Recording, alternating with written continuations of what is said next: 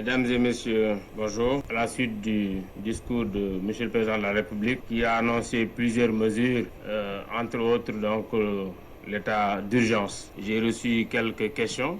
Je m'en vais peut-être y répondre. J'ai reçu une question de Samba Ardoba, journaliste à Dakar Actu, qui dit l'état d'urgence, on peut le définir comme un champ de restriction des libertés publiques. Alors, quelles sont les mesures prises pour les entreprises et leur permettre d'adapter l'organisation du travail? Bon, ça, je suppose que c'est une question qu'il posera aux entreprises. Je ne pourrais malheureusement pas y répondre, mais je pense qu'aujourd'hui, compte tenu donc, des restrictions de liberté, les entreprises vont s'adapter pour autant que faire se peut rester dans les plages horaires ou les permis de circuler. Que risquent les Sénégalais qui défieront cet état d'urgence? L'état d'urgence est réglementé depuis longtemps. Nous avons, comme vous le verrez certainement, vous l'avez vu certainement dans le décret, la loi 69-29 du 29 avril 69 et 69-30 du 29 avril 69, donc qui sont des lois relatives à l'état d'urgence et à l'état de siège. Donc, en l'article 21 de cette loi, les infractions aux dispositions de la présente loi sont punies d'un emprisonnement de 2 mois à 2 ans et d'une amende de 20 000 à 500 000 francs, ou de l'une des deux peines. Donc je pense que, ou de l'une des deux peines seulement. Donc voilà aujourd'hui ce que les gens, en tout cas le risque qui est encouru par ceux qui vont défier, ou bien qui seront en infraction. Le transport interrégional sera interdit. Quel mode de campagne mettre en place pour demander à chacun de rester là où il est? Je pense que déjà pour le transport, certainement le ministre du Transport reviendra sur certaines dispositions. Mais ce que je peux confirmer, et ça c'est peut-être une disposition qui est déjà prise et qui sera appliquée dès ce soir, le transport interurbain sera plus autorisé dès l'entrée en vigueur donc, de cet état d'urgence. Ça c'est d'abord la première chose. Et la deuxième chose, comme on le sait, la circulation sera interdite dans toutes les circonscriptions de 20h jusqu'à 6h du matin. Donc là, je pense que c'était ça les questions posées par Samba Ardoba. J'ai également une autre question, donc d'un certain Khalifa Ndiaye de nouvelactu.com. Combien de gendarmes et de policiers sont chargés de contrôle dans le cadre de l'état d'urgence? Ça, c'est la seule réponse que je peux donner. Nous aurons les gendarmes, nous aurons les policiers, nous aurons également les militaires. Donc, qui sont en train de s'organiser pour pouvoir occuper en tout cas tout le territoire et nous aider à faire respecter les mesures de restriction. Le ministre du Transport certainement viendra sur la deuxième question. Quelles sont les dispositions qu'il a prises pour préserver notre marché intérieur avec l'introduction du transport interrégional? C'est certainement quelqu'un qui s'intéresse au transport qui a dû poser cette question. Nous avons également Gallo Daoudessal qui me pose la question, est-ce que la prière du vendredi sera autorisée dans les autres régions ce vendredi? Et la deuxième, est-ce que les entreprises privées auront droit à des justificats de déplacement pour leurs employés?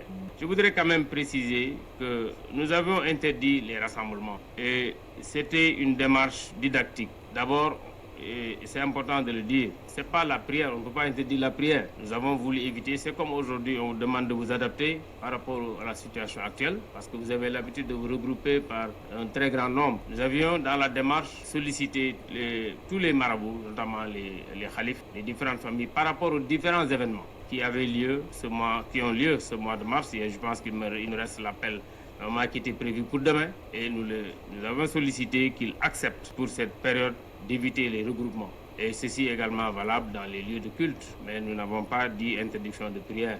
Ce qui s'est passé le vendredi passé, et c'est important de le souligner, le gouverneur de Dakar avait pris un arrêté pour Dakar, compte tenu de ce que nous savions de la dispersion de la maladie à Dakar. Mais dans les autres circonscriptions, on n'avait pas jugé utile, le gouverneur n'a pas jugé utile de prendre des arrêtés. Mais par une approche didactique, nous avons cherché à discuter avec tous les marabouts, les associations d'imams. Et je dois dire que vendredi, quand même, nous avons eu vraiment une bonne satisfaction quand on regarde à l'échelle nationale le nombre de mosquées qui ont évité les rassemblements. Je ne dirais pas qu'ils n'ont pas prié. Sur 4500 mosquées au niveau national, nous avons eu pratiquement 500 et quelques mosquées où les prières ont été effectuées et des fois il n'y avait même pas beaucoup de monde. Donc ça veut dire que nous avions un taux de 89% le vendredi passé et nous allons avoir cette même démarche. D'ici vendredi, je pense que nous aurons peut-être 100%. Parce que les marabouts également comprennent que pour les protéger eux-mêmes et pour protéger leurs talibés, ils ont besoin d'éviter au maximum ces rassemblements dans ces différents lieux. Les entreprises privées certainement prendront les dispositions pour, comme j'ai dit, demander des dérogations parce qu'on le prévoit dans les arrêtés portant interdiction de... On me pose la question de savoir quels sont les corps de service qui sont susceptibles d'obtenir des dérogations pour aller travailler durant le couvre-feu. Bon, comme vous le savez déjà, tout le monde n'est pas systématiquement interdit de bouger. Il y a certainement des dérogations. Nous avons déjà dans l'arrêté qui porte interdiction temporaire de circuler des personnes ou des corps qui sont exclus. Déjà, les présidents d'institutions de la République n'y sont pas. Les ministres et les secrétaires d'État, les députés, les ambassadeurs, les gouverneurs, les préfets et sous-préfets ainsi que leurs adjoints, les magistrats et les greffiers, les personnels des forces de défense et de sécurité, les personnels de santé. Donc tous ces gens ne sont pas déjà prévus dans cet arrêté d'introduction. Par contre, pour les autres, le ministre de l'Intérieur, le gouverneur de région ou le préfet, ces autorités peuvent délivrer des autorisations spéciales de circuler en cas de nécessité. Donc ça peut certainement concerner beaucoup d'entre vous, d'autant plus que c'est des questions, des fois par corporation, qui nous sont revenues. D'abord, ñu ngi leen di nuyu yéen ñëpp. Démb bi président de la République defee discours am à la nation sénégalaise yëpp dégg ko. Am na mesures yu am solo yoo xam ne yi jël na ko. Benn mesure bi tax ma ñëw mooy état d'urgence. Ndax état d'urgence dafay loo xam ne lii bu ñu ko jëlee liberté yi ñu doon am pour di dem ak dikk dootuñu ko am. Te loolu nag naam du tey la fi mas a am. waaye peut-être ñu bari jotuñu woon ko dund. Comme ni nga ko war a dundee tey baax na tax ñu leeral ko te expliquer ko nit ñi. Donc tey bu 8 heures xasee jot ci ngoon ak fan yii di ñëw 8 heures ba 6 heures dañuy tere nit ñi di dem di génn. Donc kenn ku ci nekk dañ lay wax nga toog sa kër. Loolu li ko waral jàpp naa ne ministre de la santé expliquer na ko du benn du ñaar. Feebar bi li koy joxe ñi koy vecteur yi ko yóbbu mooy nit ñi dem ak dikk. Loolu mooy première disposition bi ñu jël. Donc sur l'ensemble du territoire 8 heures ci ngoon ba 6 heures ci suba kenn ku nekk ñu ngi lay invité nga nekk sa kër. Bu loolu weesoo it xam nañ ne transport demlante ak dikkalante également bokk na ci liy yóbbu virus bi quelque part bokk na ci li koy toxal mu jógee ci benn bërëb dem ci beneen. Transport également interurbain comme ni ngeen ko xamee mooy jógee ci garage yi diggante dëkk ak dëkk. Transport yooyu tere nañ ko. C'est valable pour transport en commun. C'est également valable pour ñu yore seen oto bopp. Là aussi bëgg naa mu ñëpp xam ko. Donc tey jógee ci dëkk ak dëkk à partir d'aujourd'hui danañ ko tere ba ci kanam pour que ñëpp ñu mën a toog ñu éviter déplacement yi pour ñu mën a ensemble xeex virus bi nga xam ne bii mi ngi ñuy bëgg a sonal. Naturellement nag lu mel noonu boo ko defee dana am ñoo xam ne ñii peut-être du ñàkk ñu mën ci am disposition bu leen mën a jëlal pour ñu mën a liggéey mais en attendant may ñëw ci loolu am na question yu ma journaliste yi posé am na ko ci posé question mooy Samba Ardoba journaliste Dakaractu wax na ci yan mesure la entreprise yi jël loolu bu ñu yegsee ci dérogation yi peut-être entreprise yi mën nañ xool ndax danañ am éligibilité waaye li leen di ñaan mooy autant que faire se peut maanaam tant que mënoon na nañ jéem a adapté seen liggéey ci contrainte yooyu maanaam fexe ba ñi leen di liggéeyal duñ génn 6 heures ba 20 heures. Sénégalais yi ban risque la ñuy am pour ku respecté wul lii état d'urgence dafa am loi boo xam ne bii mi ngi ci réew mi depuis 1969 loi bi changé wul disposition loi bi la ñuy respecté ku respecté wul état d'urgence amuloo benn dérogation bu justifié nga war a génn mën nañ laa tëj diggante ñaari weer ba ñaari at mën na laa amande diggante ñeenti junni ba téeméeri junni waaye benn ci amande yi rek lañ la mën a jël duñ la ci boole ñaari donc loolu mooy li nga xam ne lii moom la loi bi def ci article 21. Transport bi nga xam ne bii dafay nekk diggante dëkk ak dëkk moom sax interrégional la wax mais man danaa gën a préciser sax du yegg sax région bi maanaam diggante communauté urbaine ak beneen dañ koy dakkal donc fi mu toll nii te loolu du uniquement transport en commun la concerné même borom oto yi boo amul benn justificatif benn dérogation bu la jox permettre la nga jógee ci dëkk bi dem ci beneen dëkk et ceci à partir d'aujourd'hui à 20 heures donc loolu yaakaar naa ne leer na.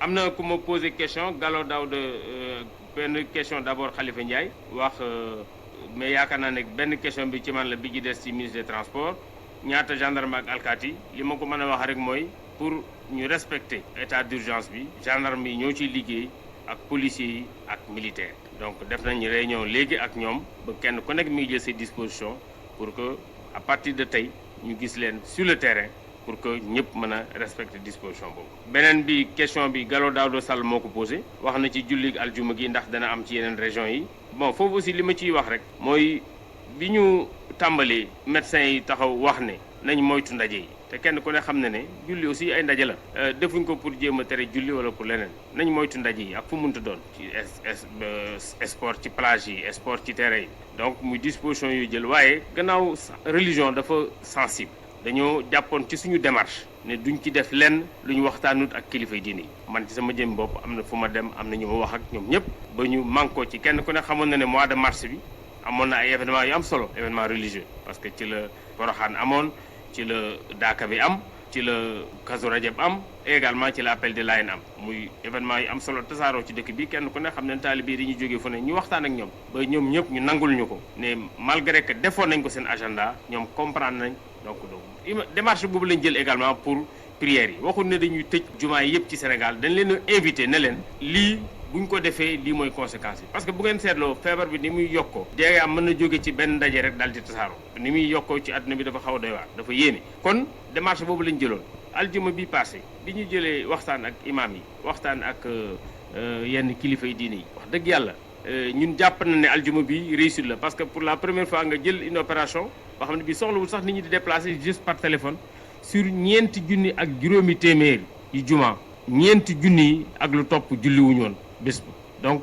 daanaka buñ jëlee téeméer bu nekk ci juma juróom-ñett fukk ak juróom-ñeent respecté nañ disposition bi démarche boobu la ñuy utiliser waat fii ak aljuma te am nañu yaakaar ne ñëpp dinañ ci adhéré parce que ñëpp gis nañu njëriñ bi parce que de plus en plus chaque jour bu ministre de la santé génnee wax ne nangam yokk na nit ñi di jël conscience que ne affaire bi soriwuleen te loolu am na solo bu njëkk biñ koy tàmbali peut-être ñaari région la woon ñett léegi yaakaar naa ne ñu ngi ci juróom-benn région donc loolu am na solo nit ñi comprendre ko yaakaar naa ne dañ comprendre donc aljuma bii di ñëw aussi am nañ yaakaar ne nit ñi danañ mën a comprendre pour que ñun ñëpp ñu mën a aar ñun liñ ciy dugal du dara lu mooy aar sénégalais yi te gëm naa yaakaar ne kilifa yi diine yi wala peut-être imam yi nga xam ne ñooy jiite nit ñi amuñ ci beneen objectif ñoom it lu mooy aar ñi nga xam ne ñooy seen taalibe wala ñoo ànd ak ñoom. ci wàllu également dérogation am na ñu laaj yan service ñooy am dérogation ma wax ne arrêté bi nga xam ne bii man maa koy jël naa ko ba pare sax d'ailleurs bi président signé décret état d'urgence dañu ne ci biir réew mi ci gox bu ne bés bu yàlla sàkk de 20h à 6h maytu nit ñi ñuy circuler ci gox bu ne waaye ñu teg ci ne diggante ñaari gox yi également moom duñ sax permettre ci bés bi nit ñi di circuler donc kenn ku nekk nekkal fa nga nekk mën ngaa dox ci biir dëkk boobu nga nekk de 6h du matin ba 20h bu weesuloo permettre luñ la ko ñu ne arrêté bi am na ñoo xam ne ñii bokkuñu ci mooy président institution yi ci Sénégal xam ngeen leen seen président bokkuñu ci les ministres ak secrétaires d'État les députés ambassadeurs yi gouverneurs préfets ak sous-préfets ak seeni adjoints magistrats et greffiers personnel de santé personnel de défense et de sécurité personnel de santé donc ñooñu ci arrêté bi ñoom bokkuñ ci tere bi waaye nag arrêté bi aussi permettre na ministre de l'intérieur gouverneur wala préfet bu fekkente ne soxla na ko maanaam pour wàllu liggéey wala pour ku feebar wala ku am urgence ñu permettre la souplesse boobu ñoom ñu mën la may këyit nga mën a bouger ci soit ci biir dëkk bi wala nga génn sa dëkk dem beneen dëkk donc loolu moo doon solo si ndaje bi man ma war ci intervenir